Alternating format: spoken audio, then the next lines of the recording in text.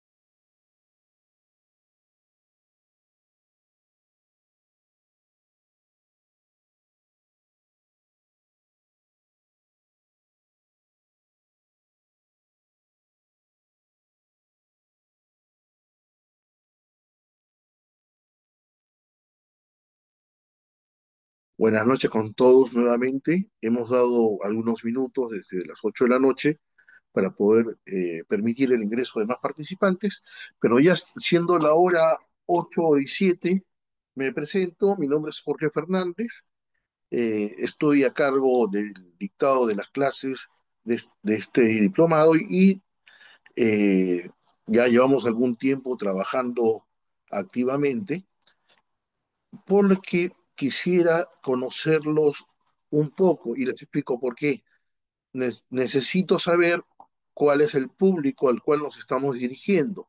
No es lo mismo dictar una clase entre abogados que dictar una clase con donde hay participación de profesionales de diversas áreas, porque la formación es distinta, los puntos de vista son distintos, que, el que puede tener un abogado a un contador o a un especialista en recursos humanos, un trabajador social, y eso me va a permitir a mí eh, poder canalizar mejor la forma de enseñanza.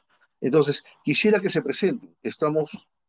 Tenemos 20 alumnos ahorita en línea, se van a ir incorporando algunos más seguramente, pero quisiera ir teniendo una participación. Eh, Libremente, que si quiere presentar,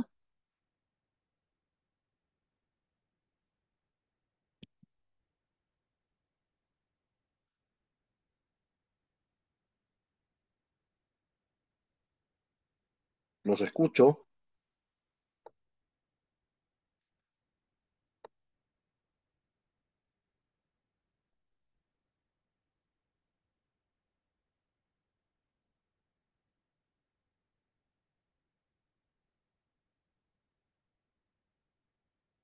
Buenos días, profesor. Muy ¿Qué buenos tal? días. Buenas noches, perdón. Yo sigo con buenos Buenas días. noches. Ahí, Buenas ahí. noches. Profesor, soy Silvia Sánchez. Yo trabajo en el área de finanzas. Ya. Eh, Conozco algo del tema laboral, pero mi interés en inscribir en el curso justamente es para profundizar más acerca de las leyes y como siempre se está actualizando, me gustaría conocer un poquito más a detalle, ¿no? Silvia, ¿y trabajas en el sector público, sector privado? Privado, en el sector privado en una importadora. Ah, en una importadora. Qué bueno, qué bueno, qué bueno. Me dijiste que en área de finanzas, ¿tú qué carrera estudiaste? Administración. Yo he estudiado Administración. administración. Ya, ok. ¿Pregrado, posgrado? Posgrado. Ya, ok. Administración, perfecto. ¿Alguien más, por favor?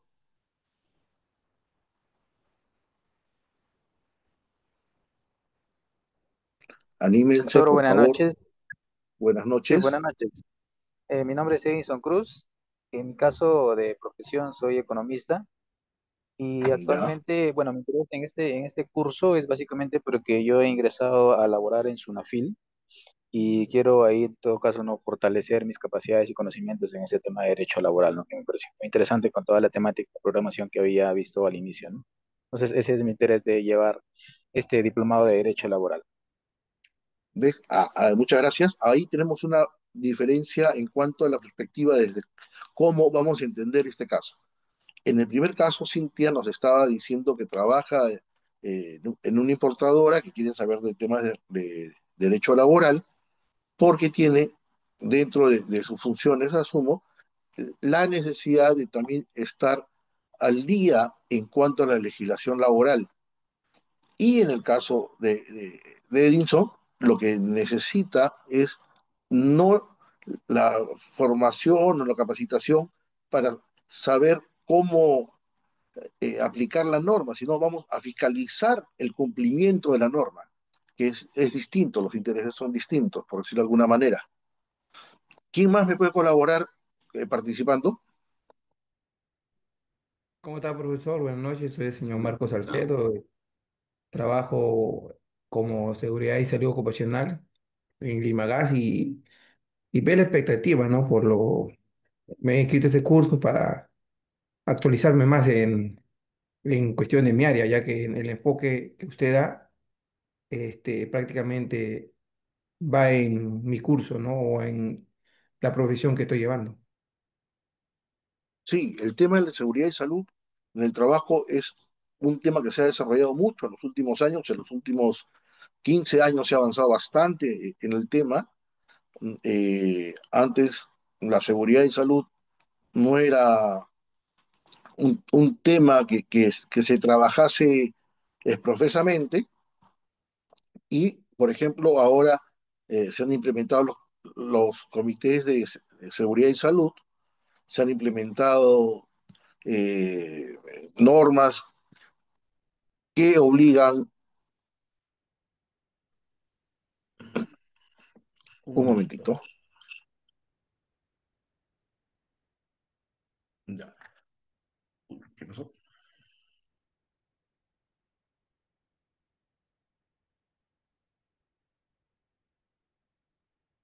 Como les mencionaba, ahora tenemos normas que obligan a las empresas no solamente a cumplir el marco normativo, a señalar los reglamentos, sino también eh, acciones de control por parte de la Autoridad Administrativa de Trabajo, llámese la Dirección Regional de Trabajo, en el caso de provincias, o de SUNAFIL, en la gran mayoría del territorio nacional, donde no solamente se pide tener el cumplimiento en el papel, sino también el cumplimiento en la práctica con la entrega de los equipos de protección personal y las capacitaciones sobre seguridad y salud, que es lo que corresponde, sobre todo en actividades industriales de peligro, como el caso de la minería o el caso de las industrias, en este caso nos contaban del gas, que es una industria que también es un tanto riesgosa y que necesita pues el cumplimiento de las normas de seguridad y salud. ¿Quién me colabora? ¿Quién más? Ya somos más participantes. Muy buenas eh, noches, profesor. Mi nombre es Franz Johan Estefano Calderón Benítez. Trabajo en el área de almacén en construcción civil, en obras públicas, y mi enfoque en ese diplomado es aprender más sobre la legislación laboral, ya que dentro del el área de almacén llevo también la gestión de personal y muchos obreros conocen sobre el régimen de construcción civil. Me gustaría enfocarme también en dicho sector. claro, el tema de construcción civil es un tema muy, muy rico en realidad porque tienen normas especiales en cuanto al sistema de contratación, al sistema de pago, al sistema de liquidación y también las normas de seguridad y salud. Es- Son muy, muy importantes. Muchos accidentes en el tema de la construcción eh, ocurren por descuidos. Incluso pueden tener los mejores equipos de protección personal, pero basta un descuido para que ocurra un accidente y que pueda tener consecuencias graves. Y eso también lo vamos a ver acá. ¿Alguien más, por favor? Buenas noches, profesor. Mi nombre es Cintia Álvarez. Trabajo hace más de 10 años para el sector público. Mi interés en el curso es para incrementar mis conocimientos referente al tema, para poder cumplir los perfiles que se requieren para mi crecimiento laboral dentro de la institución en la cual laboro. Una consulta. ¿La entidad del sector público o la institución donde estás tiene régimen 728, 276? Sí, 728. 728, ya. Ahora aprovecho esto para explicarles. En el sector público eh, existen diversos regímenes laborales, pero los más comunes son el régimen laboral de actividad pública, que es el decreto legislativo 276, el régimen laboral especial de la contratación administrativa de servicios, o CAS, que es el decreto legislativo 1057, y algunas entidades tienen el régimen laboral de la actividad privada, que es el decreto legislativo 728, que es el que comúnmente conocemos en el sector privado, donde también hay excepciones, como el caso del régimen laboral de construcción civil o regímenes especiales, médicos, enfermeras, periodistas, el- jugadores profesionales de fútbol tienen regímenes especiales. profesores tienen regímenes especiales.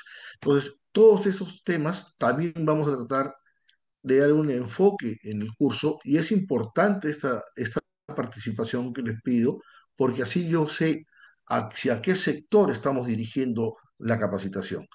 ¿Alguien más que me quiera colaborar, por favor?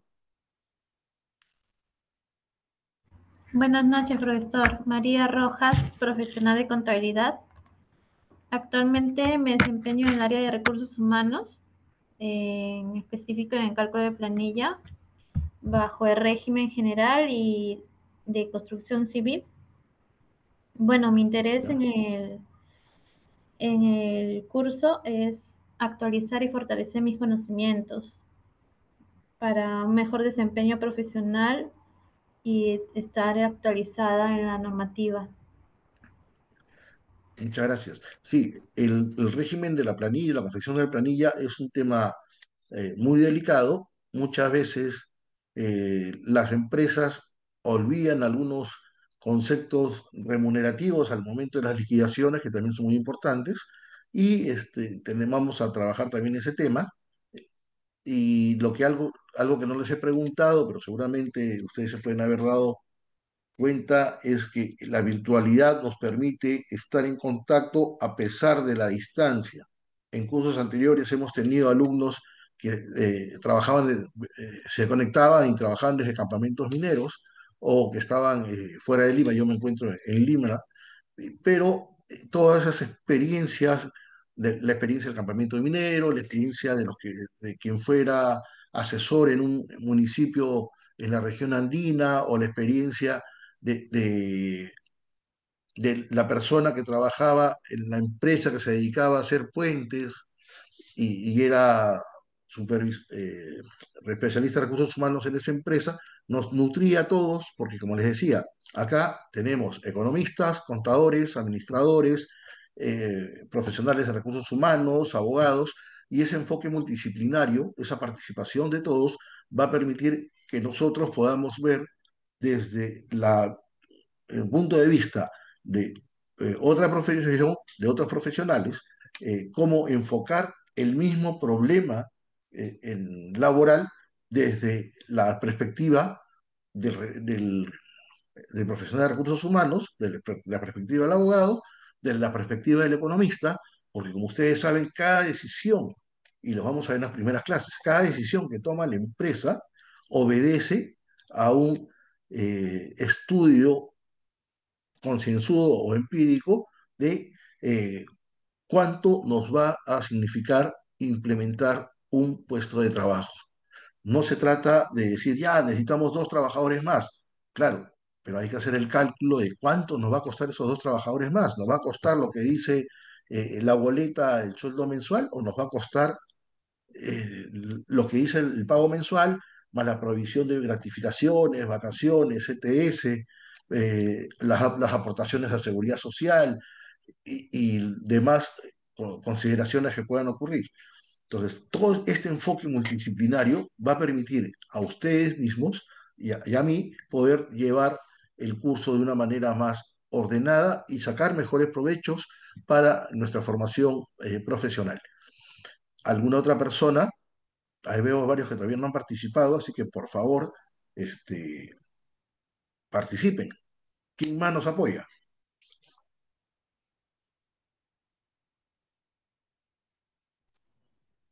¿Qué tal? Buenas noches, profesor. Les saluda Claudia Salas. Buenas noches con todos. Con respecto a mi formación académica, yo soy licenciada en psicología. En mi experiencia es en todo lo que es gestión de recursos humanos. Actualmente trabajo en una empresa del sector privado, es una empresa dedicada a lo que es servicios de educación y capacitación. Estoy como encargada de recursos humanos y bueno, mi objetivo es primero, bueno, profundizar, capacitarme en esta parte de legislación laboral para poder tener los conocimientos a nivel de contratos, la parte de beneficios, todo lo que abarca tema de cálculos, de repente conocimiento de cómo se maneja una planilla. Entonces estoy más que nada interesada en actualizar y profundizar conocimiento. Gracias. Muchas gracias, Claudia. Y esa es otra profesión que me estaba olvidando, la psicología. La psicología ocupacional ha crecido a grandes rasgos en los últimos años y es verdad, o sea, ha llegado para poder permitirnos colaborar y trabajar mejor, porque a veces el enfoque que le dábamos los profesionales de las otras carreras era un enfoque muy técnico, muy frío, y en contrapartida teníamos a los asistentes sociales y a los psicólogos, y ellos también son parte importante en lo que se refiere a la gestión de recursos humanos. ¿Alguna otra persona que nos quiera ayudar?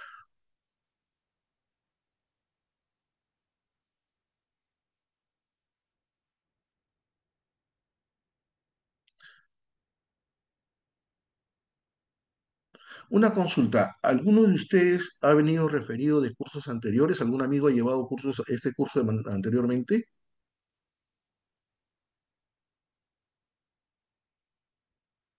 No, profesor. No, Juana, no. ¿Alguien ha venido o ha conocido a alguna persona que ha llevado el curso anteriormente conmigo? Nadie. Ya, eso es bueno. Eso es bueno, porque así ya vamos a poder comenzar desde cero nuestro curso sin que les hayan dicho, esto va a pasar en cada clase. Pues bien, vamos a hacer un pequeño análisis de cada uno de los temas. Tenemos 8 semanas por delante y en estas 8 semanas vamos a ver algunos temas básicos en el tema de legislación laboral. El primero que nos va a tomar en este caso es la contratación laboral. ¿Qué es lo que se hace y qué es lo que se debe hacer? ¿Cómo se debe justificar un contrato de trabajo de naturaleza temporal sobre todo para que no tengamos problemas con SUNAFIL luego en la ejecución del contrato? ¿Y qué tipo de problemas podría generarse? ¿Por qué no queremos problemas? Ocurre lo siguiente: un buen contrato de trabajo te va a generar que puedas conseguir a la persona indicada para las necesidades de tu empresa, pero un mal contrato de trabajo no probablemente te consiga la misma persona, pero con la diferencia que si tú necesitas a ese profesional de manera temporal y por eso le haces un contrato temporal, si el contrato no está debidamente causalizado, justificado, podrías tener la contingencia de aquella persona que contrataste porque necesitabas por 6 meses por incremento de la actividad, al no justificar bien tu contrato, te quedes con un personal permanente eh, con las consecuencias económicas que ello conlleve. Por eso es que hay que saber, uno, cómo llevar el procedimiento de contratación; dos, cuál es la necesidad real que tenemos; y tres, cuál es el mecanismo o la forma de contrato que vamos a utilizar para cada caso. Eso lo vamos a ver la próxima semana y vamos a poder analizar con la experiencia de cada uno de ustedes. Yo les voy a pedir que vayan revisando en su experiencia cuando han tenido algún problema en la contratación o o ha surgido alguna contingencia por no haber contratado adecuadamente. El mayor error, y para los que están en el sector público y sector privado, los contratos de suplencia. Muchas veces las empresas utilizan los contratos de suplencia creyendo que ese contrato les permite tener trabajadores de manera permanente, pero bajo una modalidad no adecuada. Me explico. Por ejemplo, si tenemos un trabajador que se va de vacaciones, ¿ya? Y yo necesito contratar a alguien que lo reemplace, voy a hacer un contrato de suplencia. Pero ese contrato de suplencia va a durar lo que dure las vacaciones del trabajador. Si es que el trabajador regresa a trabajar y el suplente sigue trabajando, lamentablemente ese contrato de suplencia se ha desnaturalizado. Y usted dice, doctor, pero el primer mes se fue Juan Pérez y por eso contratamos al trabajador suplente, regresó Juan Pérez y al siguiente mes se fue Jorge Fernández de vacaciones. Y sí, y lo está reemplazando a Jorge Fernández. Sí, pero el error común es pensar que el contrato que firmaron para Juan Pérez se podía seguir manteniendo sin cambio alguno. No, si Juan Pérez se va de vacaciones y lo reemplaza este trabajador suplente, el día que regrese Juan Pérez, el suplente ya no puede seguir trabajando, pero va a reemplazar a Jorge Fernández. Ya. Entonces, hazle otro contrato de suplencia, donde diga la causa que está reemplazando a Jorge Fernández.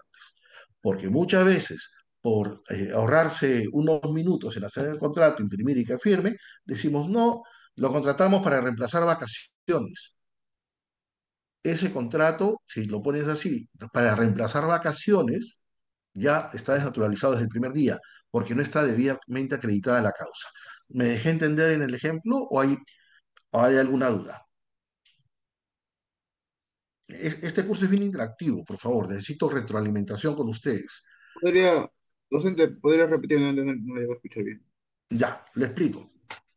Si ustedes van a contratar trabajadores suplentes para reemplazar a trabajadores permanentes por A o B motivo, llámese descanso pre y postnatal, vacaciones, descansos médicos, permisos no remunerados del personal permanente, ¿ya? El suplente solamente puede estar en el trabajo mientras que el trabajador reemplazado no pueda prestar servicios. Una vez que regresa el trabajador titular, el suplente tiene que salir, porque si se queda el suplente, ese trabajador suplente se convierte en un trabajador a plazo indeterminado. Y dicen, doctor, pero en recursos humanos dijeron que nosotros podemos contratar a un trabajador suplente para que darle las vacaciones a todos los demás trabajadores en activo o demás trabajadores. Sí, es verdad, pero cada mes tienes que darle la causa de un nuevo contrato y justificar a quién está reemplazando. El primer mes podrá reemplazar a Dora, el segundo mes a Frank, el tercer mes a Juana, el cuarto mes a Edison, después a Gerson, a Marco, a William, a Angie, a Claudia, pero cada mes le tienes que consignar a quién está reemplazando. Y ese escrito lo tienes que hacer mes por mes, contrato por contrato. Porque si tú dices, ya, contrato para reemplazar vacaciones del personal permanente, ese contrato de suplencia no está justificado y te ganaste el problema de tener un nuevo trabajador a plazo indeterminado. Ahora sí, Frank, o Sí, vuelvo correcto. Sí, ya está, sí, ya bien, bien definido. ya. Entonces, ese es el primer tema, la contratación laboral. Y no quiero adelantar más porque son varios puntos, pero vamos viendo. El segundo tema son la jornada laboral y los descansos. En la jornada laboral, nosotros tenemos que analizar tanto las jornadas típicas como las jornadas atípicas. Tenemos que analizar cuáles son los descansos remunerados, cuáles son los principales eh, causas de descansos remunerados, como las vacaciones, como los permisos médicos y casos similares. Entonces, vamos a ver esto con calma. Vamos a ver esto con calma. Esa va a ser nuestra clase del 11. Y luego, para el caso del 18 de julio, vamos a hablar de remuneración y beneficios laborales. Cómo se estructura la remuneración, cuáles son los beneficios laborales que se deben respetar a los trabajadores eh, en cuanto a la relación laboral. Y luego, aquí, para el 25 de julio, yo he pedido, y seguramente vamos a coordinar más adelante, que la clase del 25 de julio por motivos de fiestas patrias, la adelantemos al día martes 22. Vaya, les voy adelantando y hay que ponernos de acuerdo para esa fecha por dos motivos. El 25 de julio es el viernes previo a Semana Santa, asumo que muchos, perdón, a fiestas patrias, viernes previo a fiestas patrias, y asumo que muchos ya tendrán algún tipo de previsión, de planificación para esas fechas. En lo personal yo sí la tengo, podría dictar la clase de donde está, esté en ese momento, pero la gran verdad es que muchos de ustedes probablemente estén viajando, porque eh, Fiestas Patrias va a caer viernes 25, sábado 26, domingo 27, lunes 28, feriado, martes 29, feriado. Entonces lo más probable es que ustedes también, o algunos de ustedes, busque viajar. Entonces, para no perder esa fecha, les propongo adelantarlos al martes 22. ¿Y por qué el martes 22, doctor? Porque el miércoles 23 es feriado.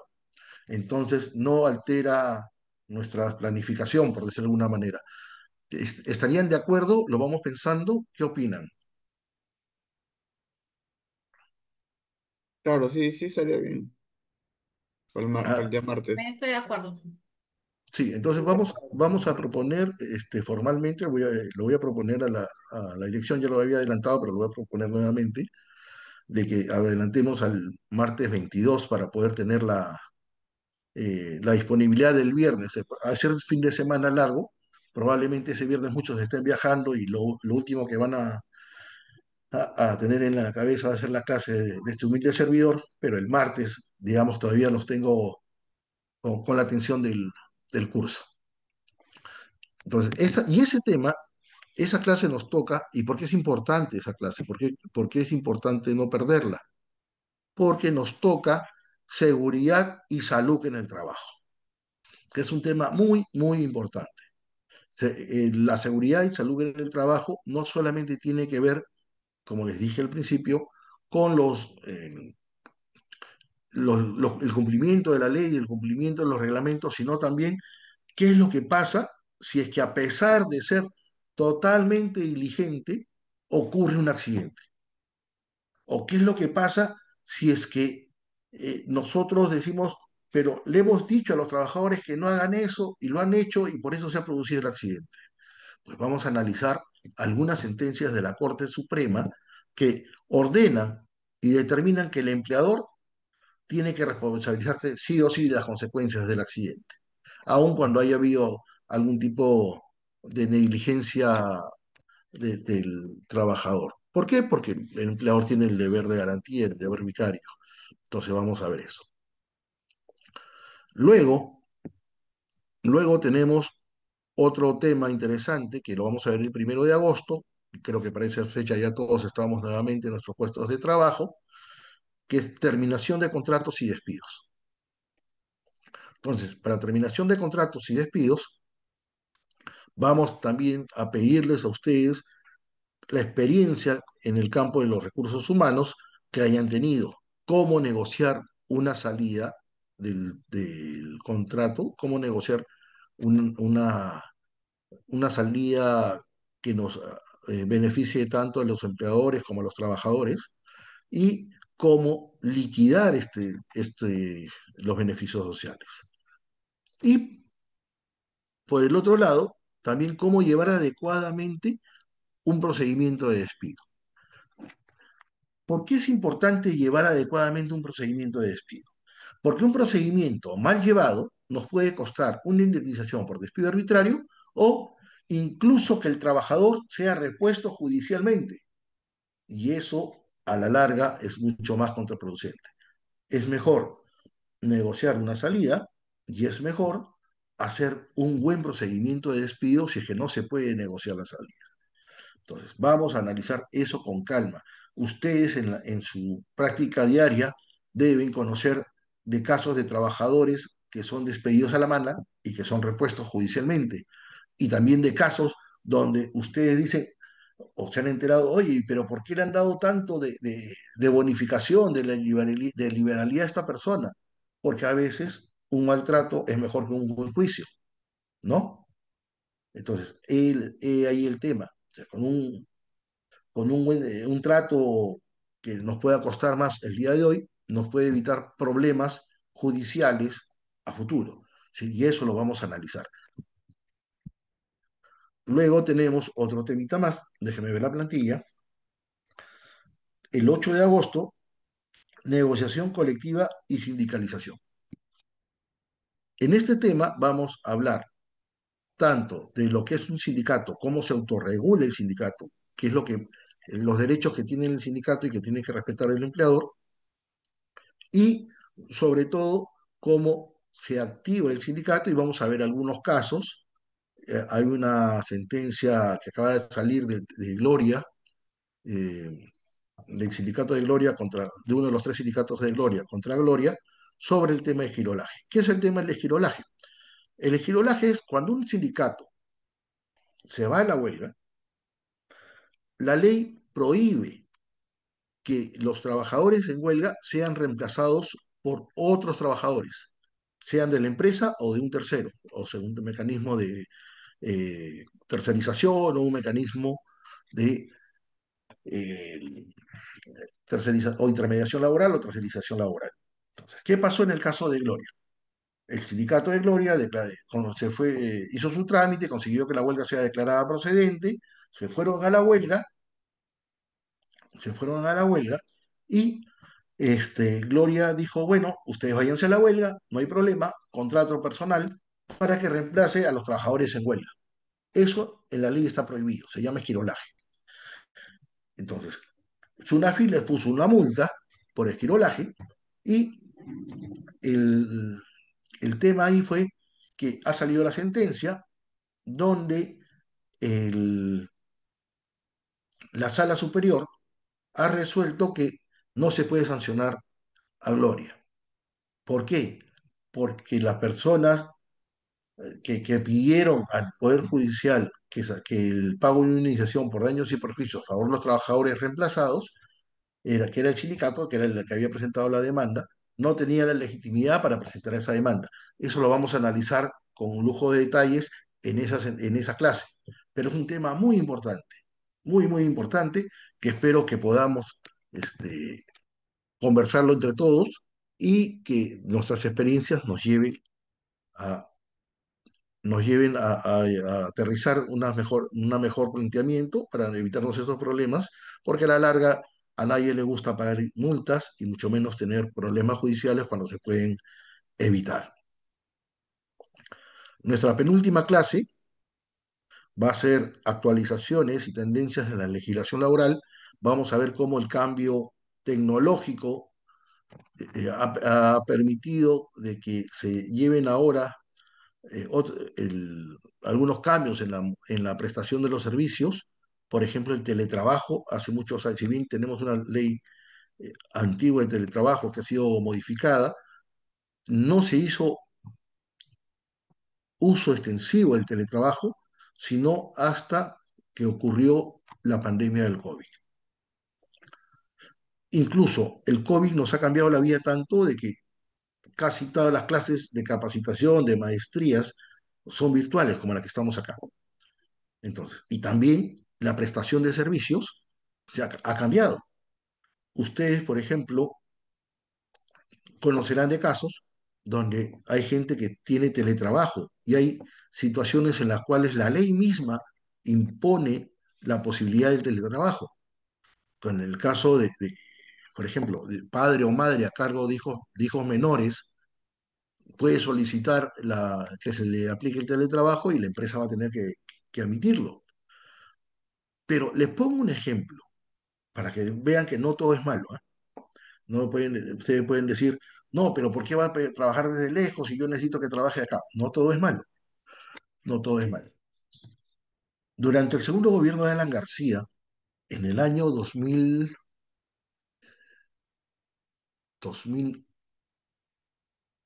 2009, si no mal recuerdo, uno de esos años, el- se dictó una norma por el cual todo el sector público se iba de vacaciones entre el 15 de diciembre entre el 16 de diciembre y el 31 de diciembre. Todo el sector público se iba de vacaciones. Esa norma, en la práctica, ¿qué significó? Una disminución abismal, enorme, en el consumo de energía eléctrica, en el consumo de agua, en el consumo de papel, que llegó a pensar que podría ser la solución para que el Estado ahorre en cuanto a estos bienes que parece pocos, pero que sí significan una cantidad enorme. Pero la idea se quedó ahí, la idea se quedó ahí, se quedó como una posibilidad, se demostró que hubo ahorro, pero se quedó como posibilidad. Y a nadie se le ocurrió volver a implementarlo, a nadie se le ocurrió volver a implementarlo hasta que el COVID nos hizo implementar una figura distinta. ¿Cuál fue esa figura? El trabajo remoto. Con el trabajo remoto, todo el mundo encerrado en su casa, pero a través de la computadora conectado con el trabajo. Yo en ese momento era director de administración en Conadis y ustedes no me van a creer la cantidad de ahorro que tuvimos esos meses. Ahorro en agua, ahorro en luz, ahorro en materiales, que de verdad significó un ahorro importantísimo. Para comenzar, solamente en papel. En el año 2020 todavía éramos muy de papel físico. El papel no se imaginan cómo ahorramos. Ahora ya casi todos los expedientes son virtuales en la administración pública, entonces ya, no, ya se ahorra mucho más papel. Pero, ¿ustedes saben cuál fue la actividad que más cambió a raíz de la pandemia del COVID? Mm, ¿Qué trabajo era común antes del COVID? Los call centers. ¿Recuerdan? ¿Saben los call centers? ¿Ustedes recuerdan que antes los call centers eran grandes extensiones, locales muy amplios, con módulos de trabajo para cada uno de los chicos que estaban en el call center y todos trabajando a la misma hora? Incluso había uno muy grande que estaba en la carretera central ¿cómo se llama la otra calle? Con Frutales, creo, no, donde era el óvalo de Santanita, en el óvalo de Santanita, con la avenida La Molina. Entonces, yo me acuerdo que en el año 2010, 2011, yo dictaba clase con una universidad por ahí, tenía que tomar carro en el óvalo de Santanita, y a la hora de salida veías la cantidad, un mar impresionante de gente que salía de este call center. Y además trabajaban en tres turnos. Al turno que salía a las 5 de la tarde era un mar de jóvenes que salía.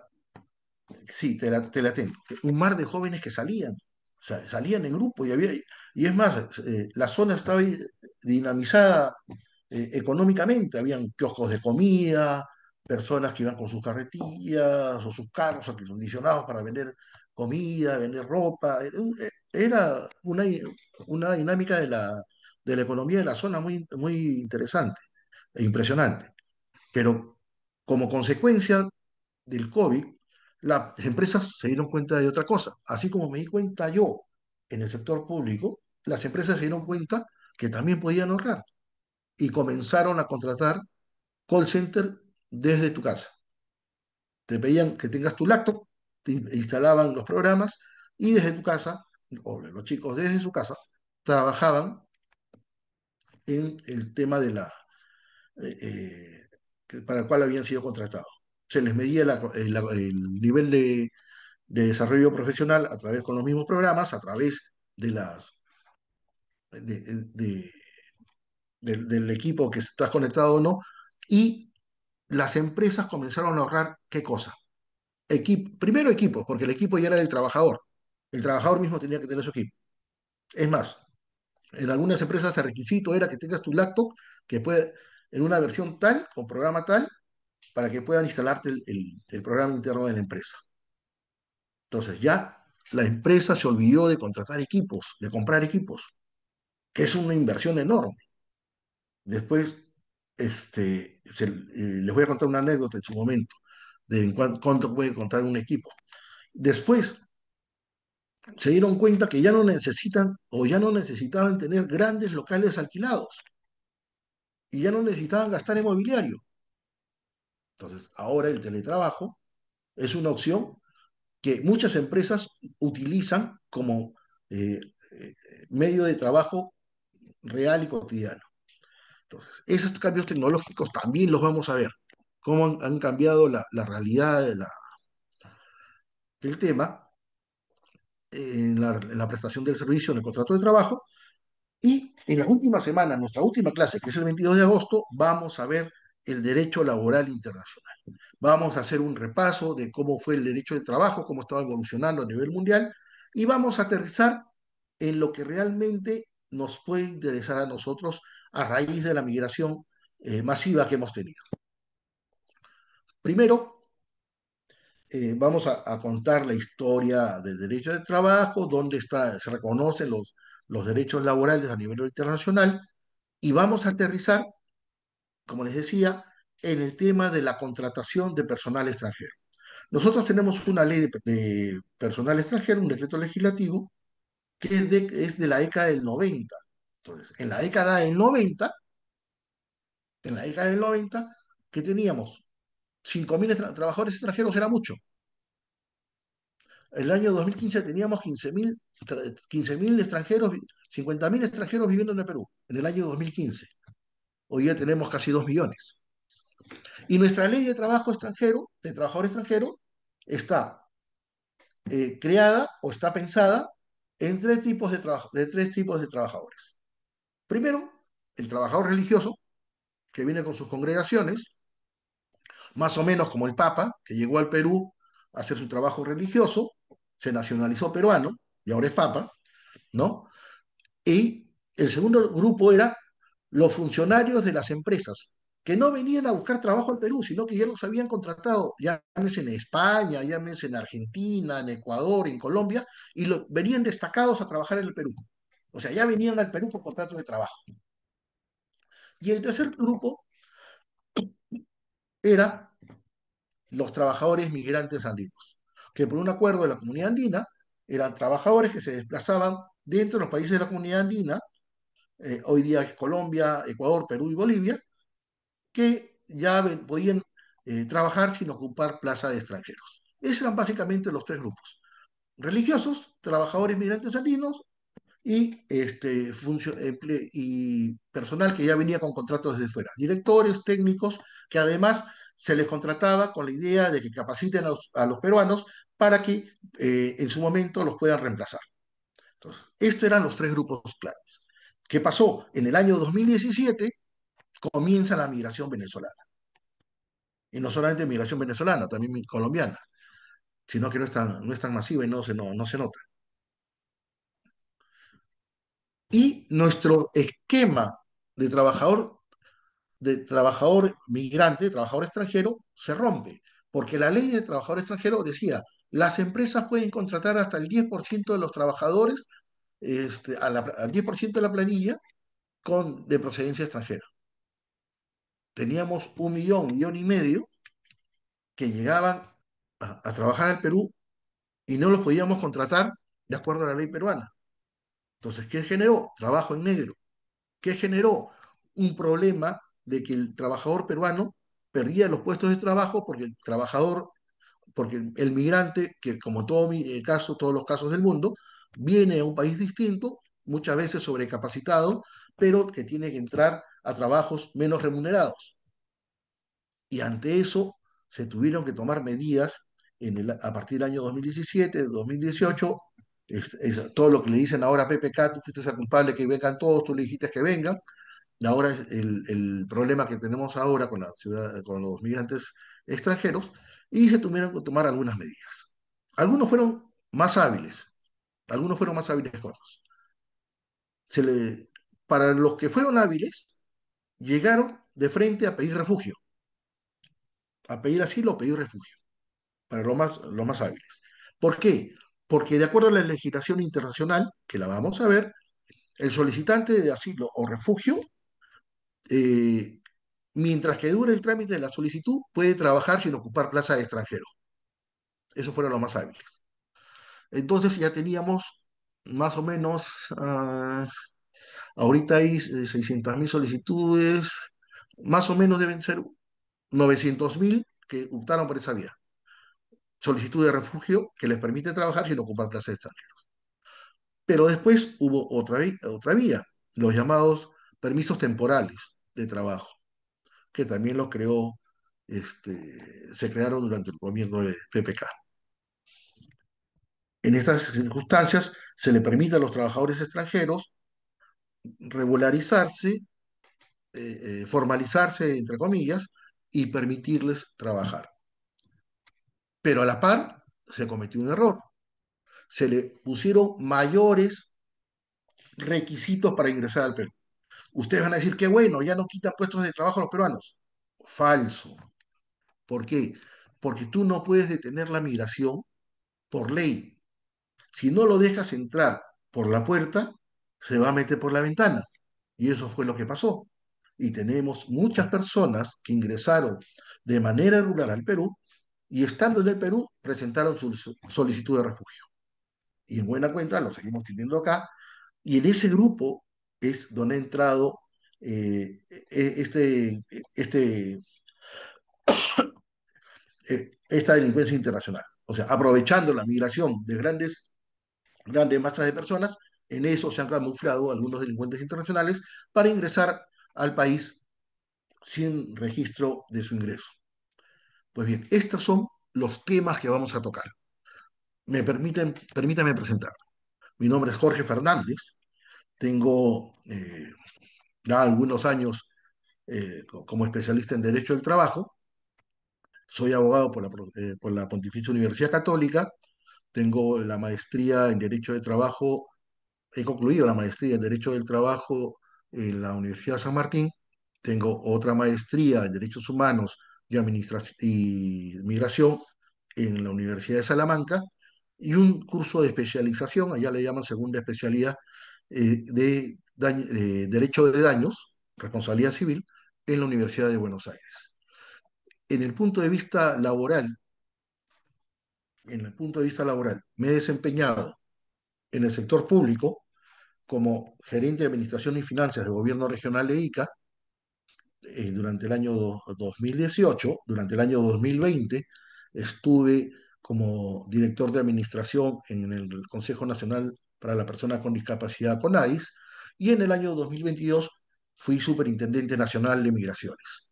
Entonces, por eso es que podemos hablar de todos estos temas y además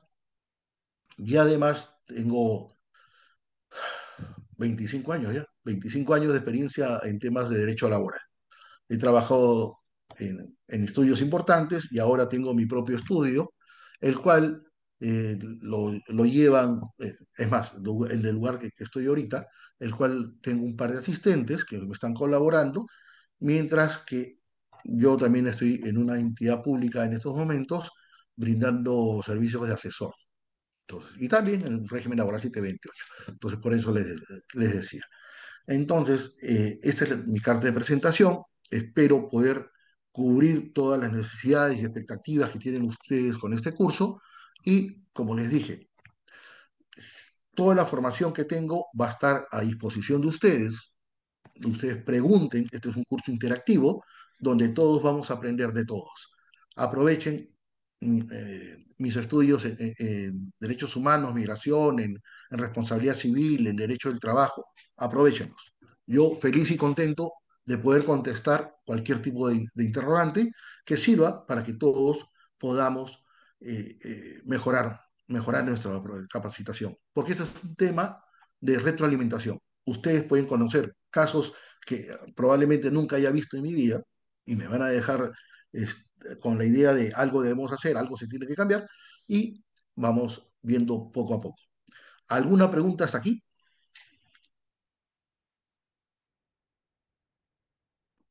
Doctores, aprovechen. ¿Alguna pregunta?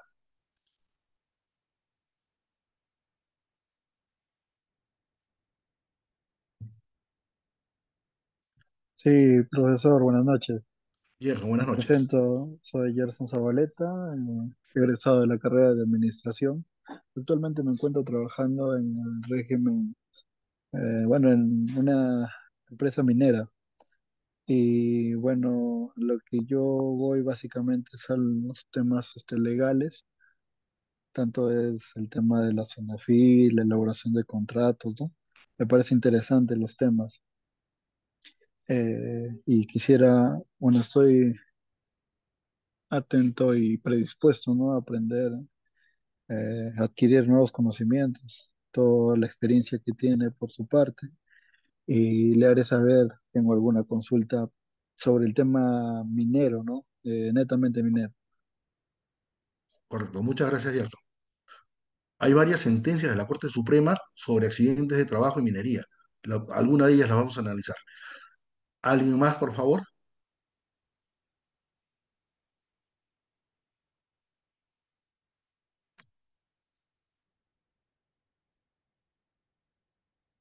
¿Alguna duda, pregunta, queja?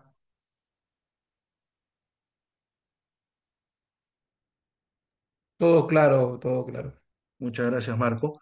Entonces, yo les voy a pedir, la siguiente clase tenemos como tema contratación laboral. ¿Ya? Entonces, le voy a pedir que por favor traigan sus experiencias en de procesos de selección. Si alguien ha llevado un proceso de selección, que nos cuente, tal vez en 3 minutos, 5 minutos, cómo se lleva un proceso de selección.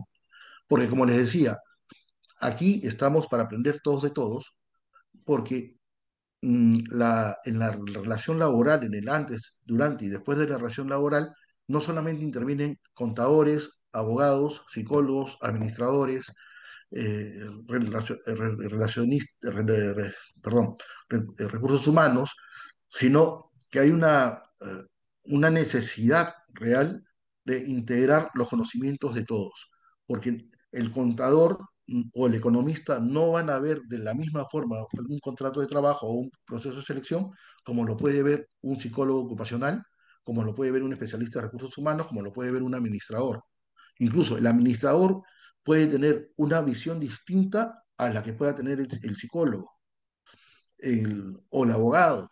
Entonces, eso aprovechemos acá la pluriculturalidad, pluriprofesionalismo que hay acá, para que pues, nosotros podamos aprender de todos. Eso es lo que les quiero pedir. Doctores, dicho esto, la próxima semana tenemos clases de 8 de la noche a 10 de la noche. Así que, con todo cariño, los espero. Inviten a sus amigos a que se conecten, que se inscriban al curso, que se conecten, porque la vamos a pasar bien. Sí, en realidad, si la pasamos bien, si no me equivoco, la quinta vez que estoy llevando este curso y cuarta, quinta vez que estoy llevando el curso, y de verdad y cada vez que lo llevamos es para mí un grato la participación de los alumnos y poder aprender nuevas cosas desde el punto de vista de los alumnos. Entonces, yo los dejo. La próxima semana los espero 8 de la noche, 8 de la mañana, iba a decir, 8 de la noche, y que tengan un buen fin de semana. Muchas gracias. Hasta luego. Gracias, profesor. Buenas noches. Gracias, buenas noches. Gracias, profesor.